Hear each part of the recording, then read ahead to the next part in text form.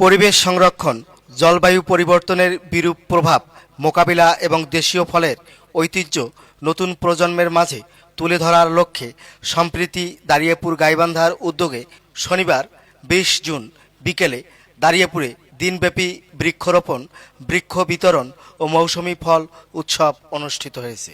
অনুষ্ঠানে ফলজ গাছের চারা রোপণ ও বিতরণ করা হয়।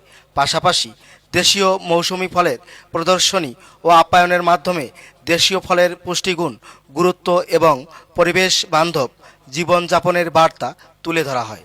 এ সময় উপস্থিত ছিলেন পরিবেশবিদ ইঞ্জিনিয়ার শামীম প্রামাণিক বাদল, প্রধান শিক্ষক ওয়াসিউল হাবিব, সাংস্কৃতিক কর্মী শহীদুল ইসলাম, নাট্যজন জুলফিকার চঞ্চল, আলমগীর কবির বাদল, আরিফুল ইসলাম বাবু, রাজনৈতিক ব্যক্তিত্ব ইউনুস আলী দুখু, সাইদুর রহমান, মোজাহিদুল ইসলাম মৃদুল, অবসরপ্রাপ্ত সেনা সার্জেন্ট আতিকুর রহমান সাজু, শিক্ষক আব্দুর রৌফ, নিতাই সরকার, মোজাম্মেল হক সরকার, সাংস্কৃতিক কর্মী দুলাল সরকার দোলন, জুলহাস উদ্দিন, আবুল কালাম আজাদ, আব্দুর রশিদ মঞ্জু, মমদুল হোসেন, রাশেদ মোস্তফা সোহেল, রিপন আমিন, সাংবাদিক আতোয়া রহমান ও আফরোজা লুনা, ব্যবসায়ী হিদায়তুল ইসলাম, রেদওয়ান হক্কানি, শামীম মণ্ডল সহ এলাকার গণ্যমান্য ব্যক্তিবর্গ।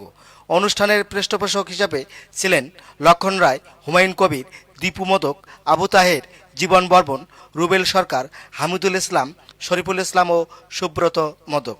অনুষ্ঠানে নৃত্য পরিবেশনে উদয় শঙ্কর নৃত্যায়তনের শিল্পীরা নৃত্য পরিবেশনে অংশ নেন।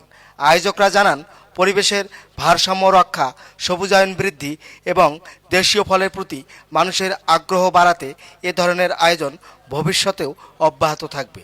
দিনব্যাপী এই বৃক্ষরোপণ, বৃক্ষ বিতরণ ও ফল উৎসবে স্থানীয়দের মধ্যে ব্যাপক উৎসাহ উদ্দীপনার সৃষ্টি করে এবং পরিবেশ সচেতনতা বৃদ্ধিতে গুরুত্বপূর্ণ ভূমিকা রাখে।